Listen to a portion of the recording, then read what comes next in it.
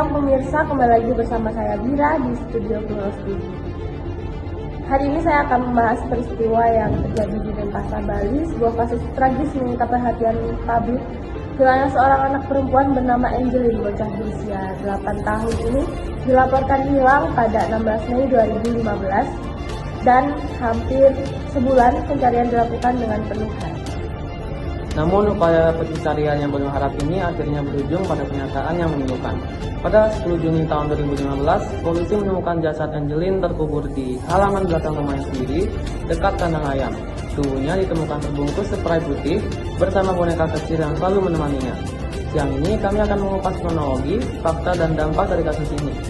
Untuk mengetahui lebih lanjut suasana di lokasi kejadian, kita sudah terhubung dengan rekan kami yang berada langsung di sana.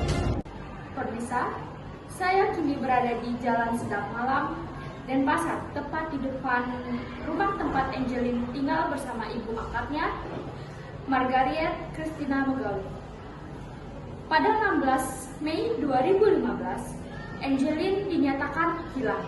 Pihak keluarga melapor ke polisi dan pencarian besar-besaran segera dilakukan. Tidak hanya aparat, masyarakat juga ikut terlibat. Bahkan sebuah halaman Facebook dengan nama Find Angelin dibuat malam itu juga, dengan ribuan orang ikut membagikan informasi demi memperluas pencarian. Namun, upaya pencarian yang penuh harapan ini akhirnya berujung pada kenyataan yang memilukan. Pada 10 Juni 2015, polisi menemukan jasad Angelin terkubur di halaman belakang rumahnya sendiri. Dekat kandang ayam, tubuhnya ditemukan terbungkus spray berwarna putih, bersama boneka kecil yang selalu menemaninya. Hasil otopsi menyebutkan Angelin meninggal akibat pukulan benda tumpul di kepala yang menyebabkan pendarahan otak. Selain itu, ditemukan pula bekas jeratan di tubuhnya. Polisi memastikan bahwa ini bukan hanya sekedar kasus anak hilang, melainkan pembunuhan yang kejam. Fakta bahwa jasadnya ditemukan di rumah sendiri menambah hal mengerikan sekaligus tanda tanya besar.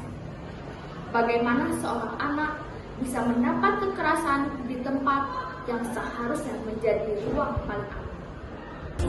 Kasus ini memicu gelombang emosi besar di masyarakat. Ratusan warga berdatangan ke rumah ini untuk menyalakan lilin dan menaruh bunga sebagai tanda duka. Media sosial dipenuhi dengan doa, kemarahan, dan tuntutan agar kasus ini segera diusut tuntas.